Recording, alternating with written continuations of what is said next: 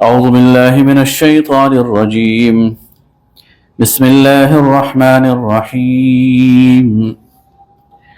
الذين يحملون العرش ومن حوله يسبحون بحمد ربهم ويؤمنون به ويستغفرون للذين آمنوا ربنا وسعت كل شيء رحمة وعلما فاغفر للذين تابوا واتبعوا سبيلك وقهم عذاب الجحيم ربنا وأدخلهم جنات عدن التي وعدتهم ومن صلح من آبائهم وأزواجهم وذرياتهم إنك أنت العزيز الحكيم وقهم السيئات ومن تق السيئات يومئذ فقد رحمته وذلك هو الفوز العظيم. صدق الله العظيم. اللهم صل على سيدنا مولانا محمد وعلى آل سيدنا مولانا محمد وبارك وسلم ثم صل علیہ. آج ہمارا موضوع توبہ اور استغفار ہے. ایک ذاتی ایکسپیرینس سے بات شروع کرتا ہوں. یہ پچھلے سال ربیع الاول کی بات ہے. اللہ تعالیٰ نے مجھے عمرے کی شہادت نصیب کی. جمعہ کا دن تھا اور جمعہ کی نماز کے انتظار میں ہم حرم میں بیٹھے ہوئے تھے. تو وقت نہیں گزر رہا تھا. سامنے مصحف پڑے ہوئے تھے بہت سارے. میں نے ایک مصحف اٹھا لی اور اسے کھولا تو اتفاقاً وہ سورہ مومن کھل گئی, سورہ غافر, بغیر کسی نیت ارادے کے اتفاقاً. میں نے تلاوت شروع کر دی. تو وہ کہتے ہیں نا, جب دل کی آنکھ کھلی ہو تو بات سمجھ میں آتی, ورنہ یہ آیات تو ہم پڑھتے رہتے ہیں.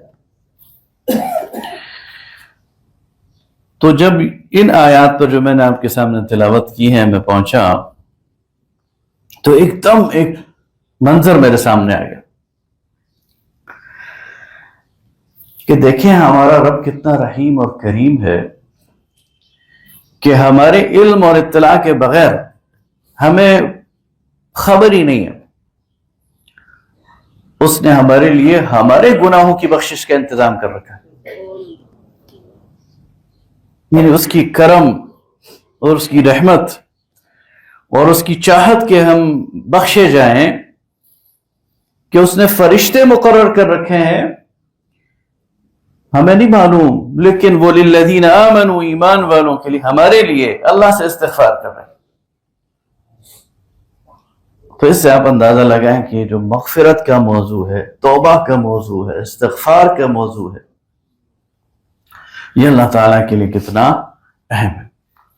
اب غور کیجئے کیا فرمایا اللہ تعالیٰ نے, الذین یحملون العرش, وہ فرشتے جنہوں نے ہر عرش کو تھاما ہوا ہے. یعنی فرشتوں کی بھی کیٹیگریز ہیں, فرشتوں کے بھی مدارج ہیں, اور یہ وہ فرشتے ہیں جو سب سے زیادہ مقرب ہیں, جو اللہ کی قرب کا شرف حاصل کیے ہوئے ہیں. ومن حولہ, اور جو اس کے قریب کے فرشتے ہیں, یسبحون بحمد ربہم, وہ اپنے رب کی تسبیح کرتے ہیں اس کی حمد کے ساتھ. ویؤمنون بہ, اور اس پر ایمان رکھتے ہیں. ویستغفرون للذین آمنوا, اور ایمان والوں کے لیے استغفار کر رہے ہیں. ربنا وسعت کل شیء رحمۃ وعلما, اور کہتے ہیں اللہ تیرا علم اور تیری رحمت ہر چیز پر حاوی ہے. فاغفر للذین تابوا, تو جو تجھ سے توبہ کرے انہیں معاف کر. واتبعوا سبیلک, اور جو تیرے راستے کی پیروی کریں. وقہم عذاب الجحیم, اور انہیں جہنم کے عذاب سے بچا لے. ربنا وادخلہم, اور اللہ یعنی نہ صرف ہمارا بلکہ ہمارے آباء و اجداد اور ہماری ذریت کا فکر ہے انہیں. فرمایا ربنا, اور اے اللہ ادخلهم جنات عدن التي وعدتهم، انہیں ان جنتوں میں داخل کر جن کا تو نے ان سے وعدہ کیا ہے، ومن صلح من آبائهم، اور جو ان کے آباء و اجداد نیکی کی حالت میں فوت ہوئے انہیں بھی داخل کر، وازواجہم، ان کی بیویوں کو بھی، وذریاتہم، اور ان کی اولاد کو بھی۔ ہم پھر بھی غافل رہیں، ہم پھر بھی استغفار کی طرف توجہ نہ کریں، ہم پھر بھی اس کی کوشش نہ کریں کہ ہمارا رب ہمیں معاف کر دے، جس کی چاہت ہے کہ وہ ہمیں معاف کرے۔ انک انت العزیز الحکیم، بے شک تو زبردست ہے اور حکمت والا۔ وقہم السیئات، انہیں بچا لے گناہوں سے۔ ومن تق السیئات یومئذ فقد رحمتا، اور جو گناہوں سے بچا لیا گیا اس دن اس پر رحم کیا گیا۔ وذلک هو الفوز العظیم، اور یہ بہت بڑی کامیابی۔ پھر اس کے ساتھ اس حدیث کو ملا کے دیکھیں۔ حضرت انس بن مالک رضی اللہ تعالیٰ عنہ بیان فرماتے ہیں، یہ ترمذی شریف کی حدیث ہے۔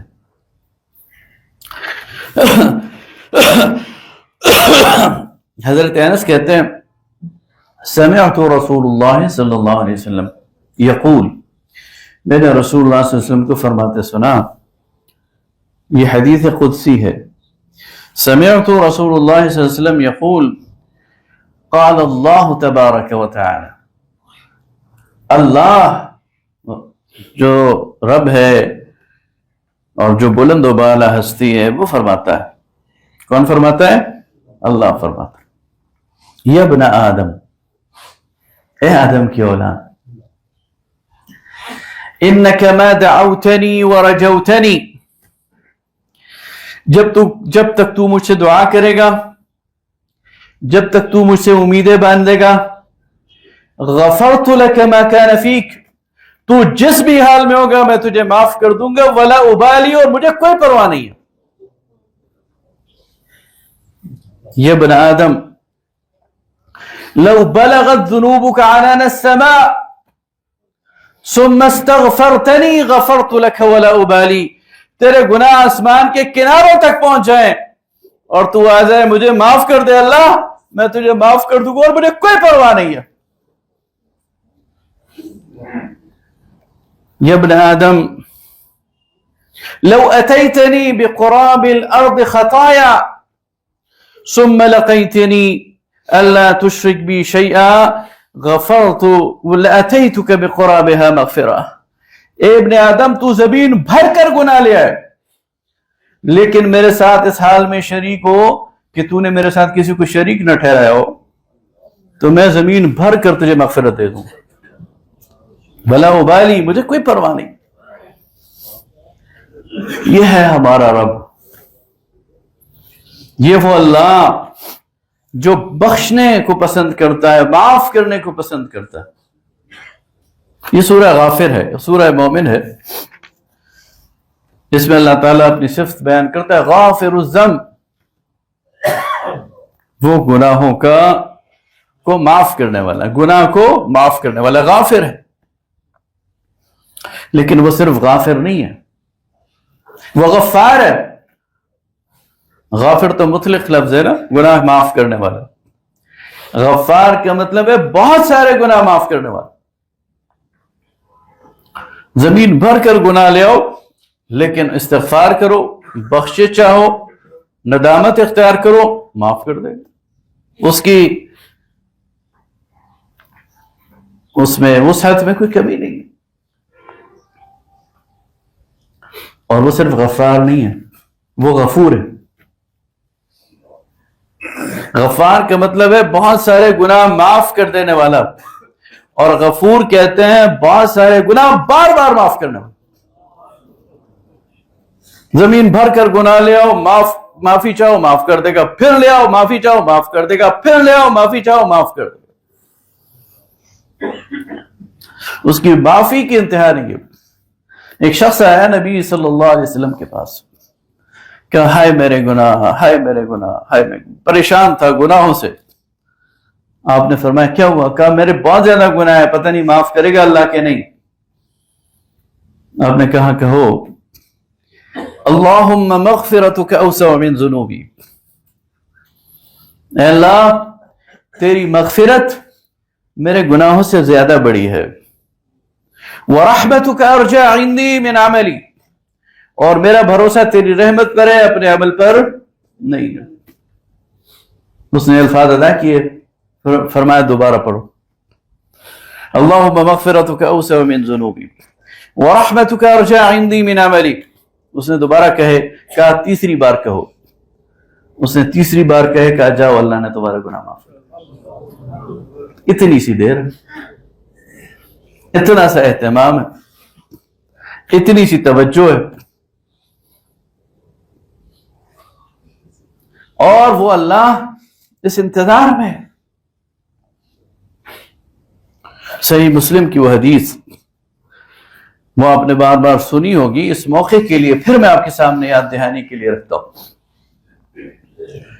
کہ نبی صلی اللہ علیہ وسلم نے مثال دے کر سمجھایا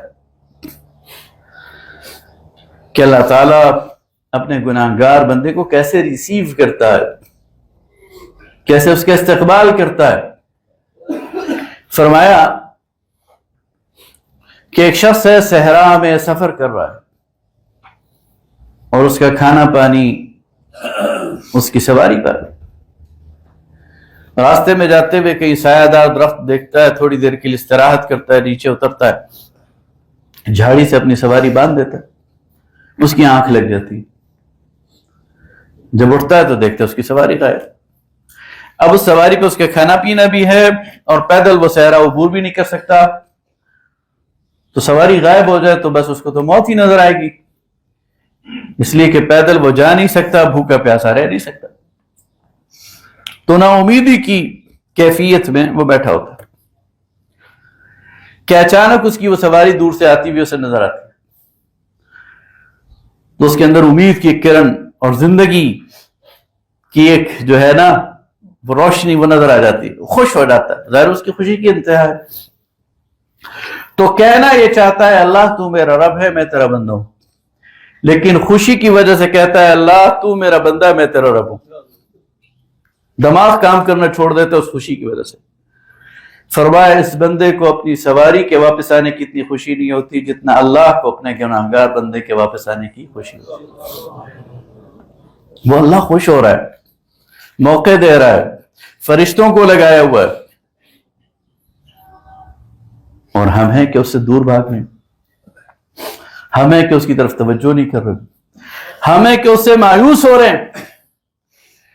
اور یاد رکھیے کہ اللہ کی یہ رحمت سے مایوس ہونا یہ شیطانی وسوسہ ہے۔ شیطان انسان کو رب کی رحمت، اسے وہ خود مایوس ہے، ابلیس، اور وہ انسان کو مایوس کرتا ہے کہ تمہارا کوئی علاج نہیں ہے، تم نے اتنے گناہ کیے، اب یہی کرتے رہو،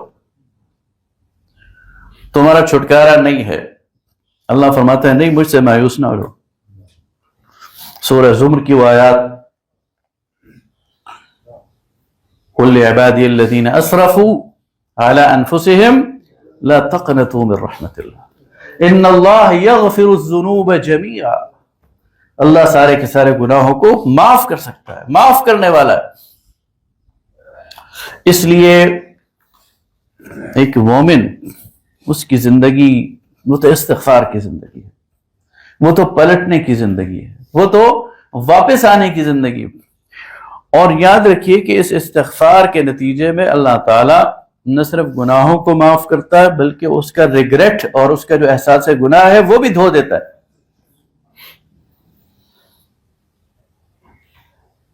ایک لفظ استغفار، استغفار کا مطلب ہوتا ہے چشم پوشی کرنا، درگزر کرنا، جانے دینا، پردہ ڈال دینا۔ ہم کہتے ہیں استغفر اللہ من کل ذنب واتوب الیہ، اے اللہ چشم پوشی فرما ہمارے ہر گناہ سے۔ ایک اس سے بڑھ کر چیز ہے جو ہم اللہ سے مانگتے ہیں، وہ ہے عفو۔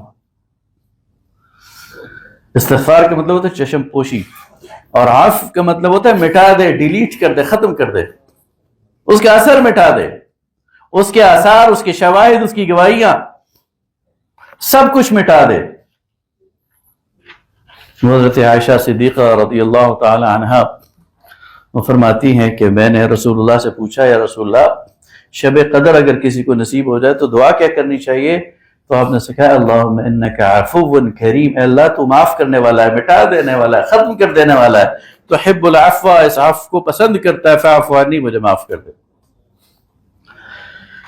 اچھا صرف ڈیلیشن ہی نہیں ہے، صرف مٹا دینا ہی نہیں ہے، صرف ختم کر دینا ہی نہیں ہے، نام اعمال تو خالی رہ جائے گا۔ اللہ فرماتا ہے اولئک یبدل اللہ سیئاتہم حسنات، اگر کوئی سچے دل سے توبہ کرے گا اس خالی جگہ پر اللہ نیکیاں لکھ دے گا۔ اتنے انسینٹیو، اتنی کشش پرکشش مراعات، اور پھر بھی ہم استغفار نہ کریں، پھر بھی توبہ نہ کریں، پھر بھی رجوع نہ کریں، تو یہ شیطان کا وسوسہ بھی ہے، اور یہ غرور و تکبر بھی ہے، اور اصرار بھی ہے اپنے گناہوں پر، اور یہ جہنم میں لے کے جائے گا۔ اس لیے سب سے پہلی بات یہ اہمیت استغفار کی سمجھنا کہ یہ استغفار، یہ اللہ تعالیٰ نے ہمارے لیے ایک بہت بڑا ذریعہ رکھا ہے، بہت بڑی نعمت ہے، بہت بڑا راستہ ہے، اور اللہ تعالیٰ ان لوگوں کو پسند کرتا ہے۔ اللہ تعالیٰ، ایک روایت میں آتا ہے کہ اگر تم استغفار کرنا چھوڑ دو گے اور گناہ کرنا چھوڑ دو گے تو اللہ تعالیٰ ایسے لوگوں کو لے آئے گا جن سے گناہ سرزد ہوں گے، اور پھر وہ استغفار کریں گے اور اللہ تعالیٰ ان کو خوش ہو کے معاف کرے گا۔ اس لیے اللہ تعالیٰ تو پاک ذات ہے، بے عیب ذات ہے، اس کے علاوہ کوئی پاک نہیں ہے،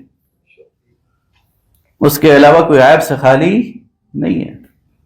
انسان کے ساتھ کمزوری لگی ہوئی ہے، انسان کے ساتھ ارادے کی کمزوری لگی ہوئی ہے، انسان کے ساتھ شیطان کے وسوسے لگے ہوئے ہیں، اور قدم قدم پر انسان ڈگمگا جاتا ہے، لیکن بہترین انسان وہ ہے جو توبہ کر لے، بہترین انسان وہ ہے جو فوراً پلٹ آئے۔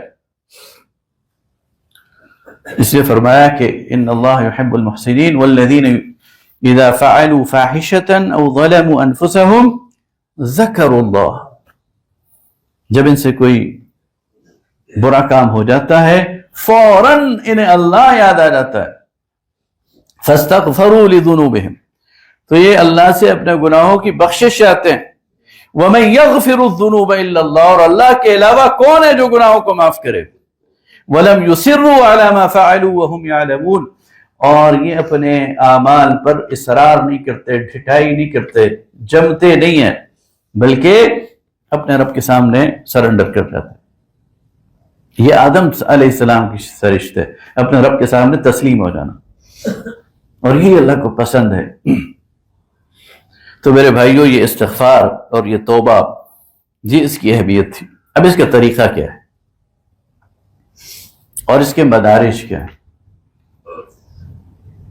تو طریقہ، سب سے پہلی بات تو یہ ہے کہ جتنے بھی صلحاء گزرے ہیں، مزکی گزرے ہیں، جنہوں نے امت کے اندر تزکیہ اور تربیت کا کام کیا ہے، مثلا امام غزالی ہیں، شاہ ولی اللہ محدث دہلوی ہیں، ہمارے دور میں مولانا اشرف علی تھانوی ہیں، یا جیسے اور بہت سارے، تو وہ یہ ان کے چونکہ تزکیہ اور تربیت اور توبہ اور استغفار یہ ان کے موضوعات ہیں، اس پہ لکھتے ہیں، تو پھر انہوں نے جو اس پر باتیں کی ہیں وہ چند باتیں آپ کے سامنے رکھتا ہوں۔ سب سے پہلی بات تو یہ ہے کہ علم کی ضرورت ہے۔ ایک انسان کو یہ علم ہی نہیں ہے کہ وہ غلطی کر رہا ہے تو اس غلطی پہ نادم کیا ہوگا۔ تو سب سے پہلے ہر انسان کو، میں علماء کی بات نہیں کر رہا، ہر انسان کی بات کر رہا ہوں، ہر مسلم کی بات کر رہا ہوں، طلب العلم فریضۃ علی کل مسلم، ہر مسلمان پر علم حاصل کرنا فرض ہے، اس حد تک کہ وہ حلال اور حرام میں تمیز کر سکے، وہ فرائض اور حقوق میں تمیز کر سکے، اسے معلوم ہو جائے کہ اس نے کرنا کیا ہے اور چھوڑنا کیا ہے، گناہ کیا ہے اور ثواب کیا ہے۔ تو یہ علم حاصل کرنا اس نیت سے کہ مجھے پتہ چلے کہ میری زندگی میں کیا ٹھیک ہے اور کیا غلط ہے، یہ بڑا لازمی اور ضروری۔ اس کے بغیر ہم اندھیرے میں، اس کے بغیر ہم شیطان کے راستے پہ ہیں، بلکہ شیطان کے لیے نرم چارہ ہیں۔ جب تک یہ علم حلال اور حرام کا، گناہ اور ثواب کا، حقوق اور فرائض کا یہ ہمیں نہ ہو، تو پہلا درجہ تو یہ ہے کہ انسان علم حاصل کرے۔ دوسرا درجہ یہ ہے کہ وہ ندامت محسوس کرے. جو توبہ ندامت کے بغیر ہے وہ توبہ اصل میں ہے ہی نہیں. توبہ کی ابتدا ندامت ہے. انسان شرمندگی محسوس کرے، ندامت محسوس کرے، غلطی کیا اسے احساس ہو جائے کہ ہو یہ تو مجھ سے بڑی زیادتی ہوگی، یہ تو میں نے بڑا جرم کر دی، یہ تو میں نے اپنے رب کو ناراض کر دی. یہ ندامت جب آتی ہے انسان کے اندر تو یہ توبہ کی طرف پہلا قدم ہے. اور ندامت نہ ہو تو 1000 مرتبہ کہ استغفر اللہ ربی، اس کا کوئی فائدہ نہیں ہے. اس لیے کہ وہ تو ویسے ہی خواہ مخواہ زبان کی ایکسرسائز ہے، اس کا کیا فائدہ. تو ندامت. پھر اس کے بعد یہ عزم اور ارادہ کہ اب واپس نہیں پلٹنا. ہو سکتا ہے 1000 بار واپس پلٹے، کوئی بات نہیں، لیکن جب توبہ کر رہا ہے اس وقت اس کا یہ عزم، یہ پختہ ارادہ کہ اب یہ کام نہیں کرنا، اب اس طرف واپس نہیں آنا، اب اس گلی کا رخ نہیں کرنا. اور اس کا مطلب یہ ہے کہ وہ سارے ذرائع اور اسباب کا ترک جس سے وہ اس گناہ کی طرف، اس غلطی کی طرف انسان کے جانے کا امکان. اور ماحول کی تبدیلی. صحیح بخاری اور صحیح مسلم دونوں میں ایک روایت آتی ہے، صحیح روایت ہے، اور اس سے ہمیں کئی سبق ملتے ہیں. اور یہ سبق بھی ملتا ہے جو میں دینا چاہ رہا ہوں، لیکن اس کے علاوہ بھی کہ بنی اسرائیل میں ایک شخص تھا جس نے 99 قتل کیے تھے. وہ ایک راہب کے پاس گیا اور کہا میری معافی کی کوئی صورت ہے؟ اس نے کہا نہیں، تمہیں معافی نہیں ملے گی. مایوس کر دیا اس نے اس کو اللہ سے، بجائے اسے راستہ بتانے کے کہ تم یہ اور یہ اور یہ کام کرو، اللہ تمہیں معاف کر دے گا. جن کو مارا ہے ان کی کوئی دیت کا راستہ بتاتا یا کوئی اور راستہ بتاتا، اس نے اسے سرے سے مایوس کر دیا. اس نے کہا جہاں 99 صحیح تو یہ 100واں بھی، اس کو بھی قتل کر. پھر اسے شرمندگی بھی، تو ایک اور راہب کے پاس گیا. اس نے کہا جب تک تم اس بستی میں ہو تمہاری معافی ممکن نہیں، تمہیں یہاں سے ہجرت کرنی پڑے گی، تمہیں گناہوں کا یہ ماحول چھوڑنا پڑے گا. اور دوسری بستی ہے نیکوکاروں کی، وہاں جانا پڑے گا، وہاں کے علماء سے مل لو، وہ تمہیں راستہ بتا دیں گے. یعنی تمہارے لیے دروازہ بند نہیں، کھلا ہے، لیکن اس کا طریقہ کیا ہے وہ وہاں پتہ چلے گا. اس کے لیے تمہیں ہجرت کرنی پڑے گی. تو وہ ہجرت پر نکل پڑا اور راستے میں اس کا انتقال ہو گیا.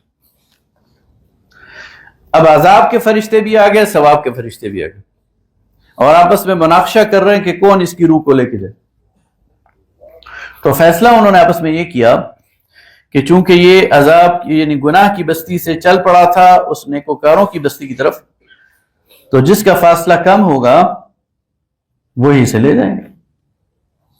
تو حدیث میں آتا اللہ تعالیٰ نے زمین کو اس جگہ سے سکیڑ دیا جو نیکوکاروں کی بستی تھی، اور جب انہوں نے ناپا تو وہ ایک بالشت زمین کم تھی نیکی کی بستی کی، وہ فاصلہ کم تھا، اس کو وہ لوگ لے گئے. تو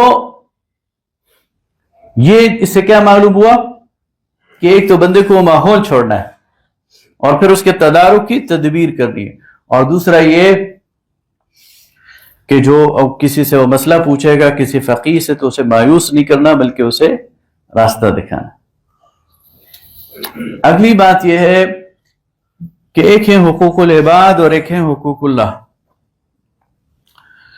حقوق اللہ میں بھی کچھ چیزیں ایسی ہیں جن کی اگر ادائیگی ممکن ہے تو ان کی ادائیگی کی کوشش. مثلا ایک شخص سے نمازیں قضا ہو گئیں تو محض استغفار کافی نہیں ہے، بلکہ وہ اپنی پوری کوشش کرے گا ان نمازوں کو لوٹانے کی. پھر نہ لوٹا سکے تو اللہ معاف کرنے والا ہے، لیکن وہ اپنی پوری کوشش ضرور کرے. اس کے لیے طریقہ بھی فقہاء نے بتایا کہ ہر نماز کے ساتھ کچھ نمازیں اضافی پڑھے، بلکہ اور اس پر درود پڑے ذرا نبی صلی اللہ علیہ وسلم پر. اللہم صلی علی سیدنا مولانا محمد وعلی آل سیدنا مولانا محمد۔ اللہ کے نبی ہم پر کتنے شفیق ہیں اور ہمارے لیے کتنے فکر مند ہیں۔ ظہر کی نماز 4 رکعت فرض ہے، لیکن نبی صلی اللہ علیہ وسلم نے ظہر سے پہلے بھی 4 سنتیں پڑھی، بعد میں بھی 2 پڑھی۔ فجر کی نماز 2 رکعت فرض ہے، نبی صلی اللہ علیہ وسلم نے اس سے پہلے بھی 2 سنتیں پڑھی۔ یہ سنتیں کیوں پڑھی؟ یہ دراصل ڈیفنس سسٹم ہے۔ کل قیامت کے دن جب اللہ تعالیٰ، یہ روایات میں آتا ہے، کسی بندے کی نمازوں کو جانچے گا تو اس کے فرائض دیکھے گا، تو جب فرائض پورے نہیں ہوں گے تو پوچھا جائے گا اچھا اس نے کچھ سنتیں پڑھی ہوں گی، اضافی نماز پڑھی ہوگی، کہا جائے گا ہاں، کہا وہ بھی شامل کر دو۔ وہ شامل کر دی جائیں گی، پھر بھی کمی رہ جائے گی تو کہا جائے گا اس کی نابالغ اولاد نے کوئی نمازیں پڑھی ہوں گی، وہ بھی شامل کر دو۔ وہ شامل کر دی جائیں گی، پھر بھی اگر کچھ کمی رہ جائے گی تو کہا جائے گا اچھا اس کا 1.5 سال کا بچہ اس کے ساتھ اٹھتا بیٹھتا تھا، وہ بھی نماز میں شامل کر دو۔ چھوٹے بچے ہوتے ہیں نا 6 مہینے کا، سال کا، آپ سجدے میں چلے جاتے ہیں، آپ کی کبھی پیٹھ پہ سوار ہو جاتا ہے، کبھی آپ کے ساتھ سجدے میں چلا جاتا ہے، کہا جائے گا وہ بھی شامل کر دو۔ تو نبی صلی اللہ علیہ وسلم نے جو اضافی نمازیں پڑھی اور ہمیں سکھایا، تو اس لیے نہیں کہ انہیں ضرورت تھی، بلکہ ہمیں یہ سکھانے کے لیے کہ جب ہمیں کمی ہوگی تو ان جگہوں سے پوری ہو جائے گی۔ اس لیے کہ ہر نماز کے اگر اللہ تعالیٰ پوچھنے لگ جائے تو کوئی بھی ایسا نہیں ہوگا جس کی ساری نمازیں پوری ہوں، لیکن جو سنن و نوافل کا عادی ہوگا تو اللہ تعالیٰ پوری کر دے۔ وہ تو بات کہیں اور چلی گئی۔ تو یہ حقوق العباد میں سے، حقوق اللہ میں سے بھی وہ جو ادائیگی ممکن ہے، یا کسی قسم میں زکوٰۃ ہے تو وہ اسے ادا کرنی ہے، یا اگر وہ فوت ہو رہا ہے تو اس کی وصیت اسے کرنی چاہیے،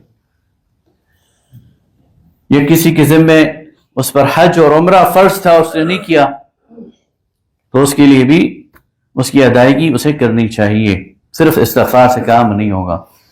اور جو باقی نافرمانیاں ہیں اللہ کی تو ان پر استغفار یہ کافی ہے۔ جہاں تک حقوق العباد کا تعلق ہے تو وہ صرف استغفار سے کام نہیں چلے گا، بلکہ اس کے لیے جہاں جہاں جس کا کوئی حق مارا ہے اس کی ادائیگی کی پوری کوشش کرنی پڑے گی۔ کوئی والدین کا نافرمان تھا تو والدین کی سے معافی مانگنی پڑے گی، اور اگر وہ فوت ہو گئے تو ان کے لیے استغفار کرنا پڑے گا، اور ان کے جو عزیز رشتہ دار ہیں، والدین کے جو دوست ہیں، چچا ہیں، خالہ ہیں، والدہ کی جو بہن ہے، ان کے ساتھ حسن سلوک کرنا پڑے گا تو پھر اللہ تعالیٰ معاف کر دیں۔ لیکن یہ اللہ تعالیٰ دیکھے گا کہ اس کے اندر یہ جو اس کی ادائیگی کا ایک رجحان ہے وہ آیا یا نہیں آیا، یا کسی سے قرض لی ہے تو قرض دینا پڑے گا۔ یہ یاد رکھیے قرض شہید کبھی معاف نہیں ہوتا۔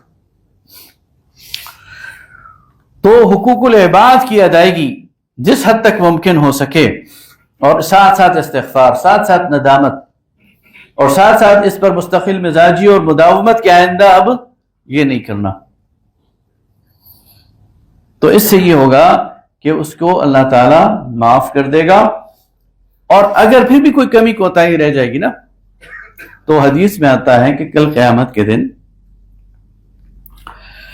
2 بندے اللہ تعالیٰ کے سامنے بیٹھے ہوں گے، اور نبی صلی اللہ علیہ وسلم جب یہ روایت سنا رہے تھے تو آپ مسکرا رہے تھے، گویا وہ منظر دیکھ رہے ہیں کہ 2 بندے اللہ کے سامنے بیٹھے ہیں، ایک بندے کے دوسرے پر حق ہے۔ اب وہ جو حق جس پر ہے، جس نے وہ حق دینا تھا، وہ بھی رک گیا ہے جنت سے اس وجہ سے، اس لیے کہ یہ معاف نہیں کر رہا۔ تو اللہ تعالیٰ اس بندے سے کہتا ہے اچھا اس بندے نے استغفار بھی کیا ہوگا، اس بندے نے ادائیگی کی کوشش بھی کی ہوگی، لیکن ہو سکتا ہے کہ نہ ادا کر سکا ہو، تو اللہ تعالیٰ اس بندے سے کہے گا کہ معاف کر دو اپنے بھائی، تو وہ کہے گا نہیں میں نے نہیں معاف کرنا، تو اللہ تعالیٰ اسے کہے گا جو معاف نہیں کرا، دیکھو اوپر، وہ اوپر دیکھے گا تو اسے خوبصورت محل نظر آئے گا، تو اللہ کہے گا دیکھو اگر تم اپنے بھائی کو معاف کر دو گے میں تجھے اس محل میں داخل کر دوں،